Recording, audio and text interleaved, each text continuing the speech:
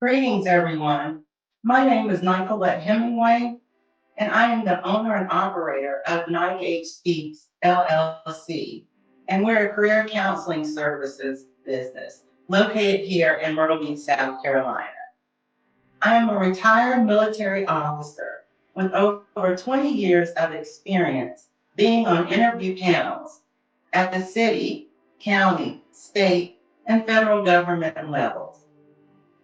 I am a transformational speaker that mobilizes her audience to take charge of their lives, their careers, and their mindsets.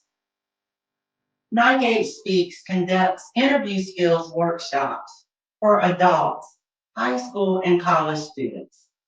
In these workshops, we discuss such topics as proper handshake, attire, sitting correctly, and answering common interview questions. So, ladies and gentlemen, if you are a nonprofit CEO and your organization has a job readiness program, then I encourage you to grab a pen and paper as I share with you 5 secrets to nail that job. So, secret number 1, look the part. You want to make sure your attire is clean, neat, and stain free. Do not wear any flashy or dangling earrings. And gentlemen, take yours out. As I like to say, pretty girls wear pearls. Pearls are always appropriate for an interview. It gives you a classy and elegant look, and you can't go wrong wearing pearls. Also, make sure your shoes are in good condition. That means no holes, no scuff marks, or tattered shoelaces. Also, make sure your hair is neatly groomed. And gentlemen, make sure your beards and mustaches are neatly trimmed. Ladies, make sure you wear a neutral nail color. And also make sure your nails are not overly long. As you can see, my nail color isn't exactly neutral, but the length of my nails are appropriate for an interview. And gentlemen, make sure your nails are clean and evenly filed. In terms of makeup, ladies, make sure you have a natural look and you are not wearing bold or glittery colors. And make sure you're not doing the little wing on the side of your eye because that is distracting. Again, you want interviewers to concentrate on your experience and skills and not be distracted by your appearance. Of course, you can wear this power suit that makes a statement, but make sure your power suit is in a color such as black, navy blue, or brown. You can accessorize with a tie or a blouse, ladies, wearing red, which symbolizes power. Blue symbolizes strength. Green, it symbolizes growth. And brown, it symbolizes the earth or give you a need to eat chocolate because everyone loves chocolate. So those are good standard colors to wear for an interview. And so you want to make sure that you present a polished and well-groomed appearance that is professional. Several years ago, I was living in Phoenix and I interviewed with a healthcare company. I was dressed very nicely in an expensive suit, and my interviewer was wearing an oversized t-shirt, leggings, and thong sandals. She commented on how well I looked and that I should be doing her job. Needless to say, I did not get that job, but I was dressed professionally for the interview. And my husband, who works in the highway construction industry, he had an interview several years ago in Washington, D.C., where he wore a dress shirt with a tie, slacks, and dress shoes. The owner of the company was so impressed by my husband's appearance that he hired him on the spot. So, regardless of what industry you work in, whether it's outside, it's labor intensive, you get dirty. When you go to an interview, you need to present a professional appearance. So, secret number 2, talk the part.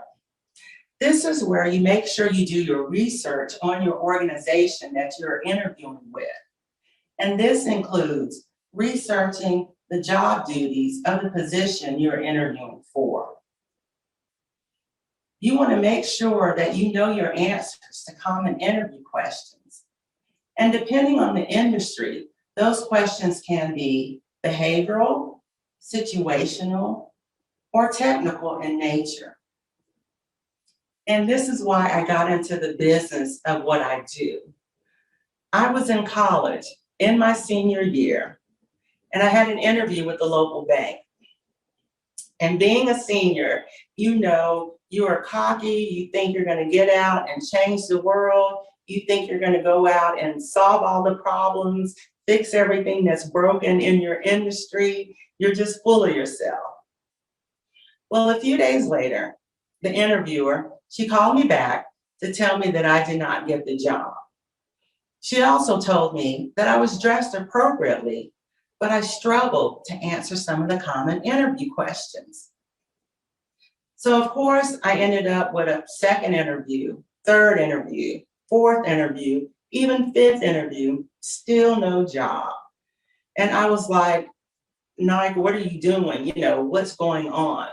And so I thought back to what the interviewer said at the bank interview, that I struggled to answer some of the common interview questions.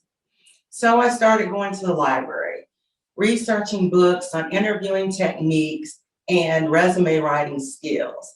And no, the World Wide Web was not in place when I was in college. So I had to go old school and go to the library and do this research. And so I researched information on interview tips, resume writing tips. And so by the time I got out of grad school 3 years later, I was confident in my interviewing skills because I polished up my resume where it would stand out from the crowd. And then when I got into the interview, I was able to answer those common interview questions with confidence. So you can do that also. And when it comes to answering common interview questions, you may hear a question that starts something like this: how would you? In this case, they want to see how you behave. And so this is a behavioral question. And you can start your answer with something like this: one of the things I would consider doing is. So this is showing the interviewers that you're not stuck on one way of doing things and you're open to other options. You may get another question that starts like this: how would you handle the situation where? So of course, here they're looking at how you would respond in a situation. And so this is a situational question. And so you can start your answer with something like this: one of the things I would consider doing would be. That way, the interviewers again see that your way is not the only way, and you're open to doing other things to resolve the issue. And so the last question you may hear in an interview may go something like this: would you mind rating yourself on a scale of 0 to 10, where 0 is the lowest and 10 is the highest, on your computer skills? Now be honest in rating yourself. And so you can start your answer with something like this: I would rate myself on an 8 on Microsoft Office because I have taken advanced courses in Microsoft Word, Excel, and PowerPoint. And you will typically know the question is technical in nature if they ask about skills, problem solving, or using good judgment. I can't stress this enough. You always, always, always ask at least 2 questions of the interviewers. And one question you could ask could be, what skills did you value in the person who held this position previously? So this will give you the chance to let the interviewers tell you what skills they're looking for. And then you can restate those skills in your thank you email or note. And the second question you could ask could be, what is your leadership style? This will give you a chance to find out if that person is a micromanager, which is a motivational style, a coach, which is a motivational style, micromanager, which is an authoritative style, and a hands-off person, which is a delegate to other leadership style. So based on these two questions, you can get a good idea of whether you're a good fit with your personality and skills for this organization. I recall when I took a position within the federal government where everyone was so nice and polite during the interview. But on my first day of work, my colleagues were telling me they weren't going to train me, they weren't going to help me, they weren't going to give me any data, etc. You talking about blown away, I was.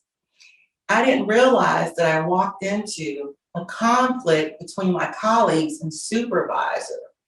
And I was a casualty of that conflict. They were in a power struggle, and I just happened to be in the middle and, ended up being a casualty big time. And it took me a year to transfer out of that department into another. So yes, you can ask all the right questions, which I did, like the previous questions I talked about, and I asked a couple more. And so they answered all my questions fine. And I felt, okay, this is a good fit. But once I got in, I realized, no, this is not the position for me. So if that does happen, you can be able to get out. But in the meantime, you have to stay there and do the work that you have to do. And so that leads us to secret number 3, mind your manners. Interviewing etiquette is key. And this means smiling, shaking hands with a firm grip, saying thank you, thanking the receptionist or secretary that checks you in, and sending a thank you email or note after your interview. Because a polite interviewee is a productive employee. And I can tell you about being on a panel a few years ago where we had a candidate. He came in, he shook all of our hands and abruptly sat down. That's a no-no. You are a guest. So as a guest, let your host invite you to have a seat. That is displaying good manners. Secret number 4, mindset. You have to have a positive and winning mindset during an interview. A positive and winning mindset will let the interviewers know that you are flexible, you're dependable, you have leadership qualities, just to name a few. If you're sitting there with your arms crossed, hunched over in the seat, or your head down, or giving lackluster answers, then the interviewers know that your mind is not in the game of winning and nailing that job. Our last secret is secret number 5. Show your best self. This is where you display all your positive characteristics. You let them know about your skills, your strengths, your manners, and how you'll be an asset to the organization. So this is where you definitely put your best foot forward. I make sure that I always highlight my skills and experience when I answer some of the common interview questions, along with restating those in my thank you email or note. So again, when you show your best self, you're putting your name at the forefront of the interviewer's minds. So that way, when it's time to make a decision, your name is at the top of the list. So in closing, I want to remind you that in order to nail that job, You first need to, one, look the part.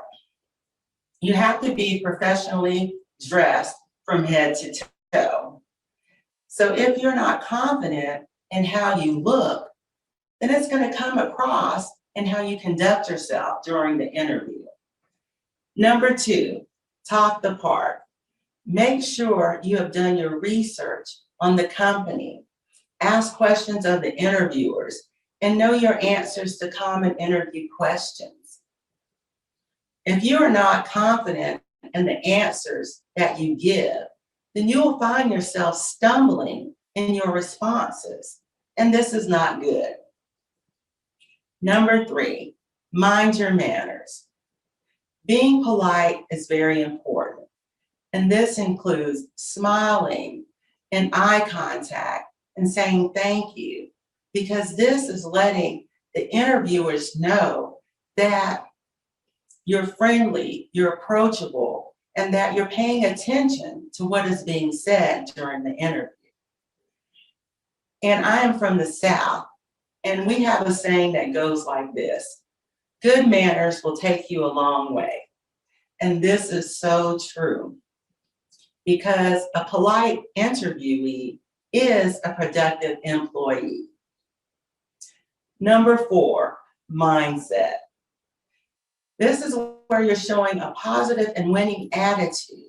And this also will show the interviewers that you are a team player, you're flexible, you're dependable, you value the organization's mission and vision, and that you also will embrace changes and comply with the company policies and rules. And so if you're not in there with a positive and winning attitude, then how can the interviewers be confident that you will do a good job? So mindset does matter. And number five, show your best self. This is where you showcase your best skills, talents, and abilities to your potential employer. You put all the things positive and good in this last part. You're showing the potential employer that you are on board with their mission and vision, that you will be an asset to the organization. So you show yourself during and after an interview to the best of your ability. And so before I close, I want to give you a bonus secret. 3 interview types. Interview type number 1 is in person. In this environment, you'll be face to face with the interviewers. So you want to make sure that you look professional and you're dressed appropriately. You want to also make sure that you talk the part, you've done your research, you mind your manners, you have that positive and upbeat mindset, and you show your best self. And in this in-person interview, you need to make sure that your body language, your posture, and your tone is correct.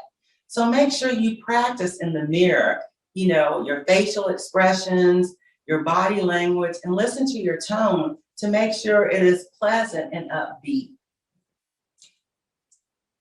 Number 2 interview type, telephone. In the telephone interview, who of course will not be seeing your interviewers face to face.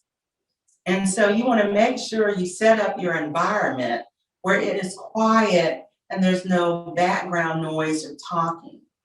You want to also put your phone on speaker. That way your hands are free where you can write notes based on the questions you ask the interviewers, and also take down the names of other people on the panel in case you have not been corresponding with them during the process. So then you can send them also a thank you email or note. And last interview environment is virtual or online. With the pandemic, this has become a more popular way of interviewing people. And so with this one, you'll still look professional, at least for the waist up, and make sure you have a quiet space where there are no distractions, there are no background noises. And you definitely want to make sure that your background is conducive to interviewing. You don't want a shelf full of beer bottles in the back or pictures of you and your friends partying. That's not a good look, and it will not make a good impression. If you have a green screen, use that and download something like an office setting or even a library. Because this, again, you're setting the scene. You're still looking professional, and you have to make sure you have that space that is conducive to the interview.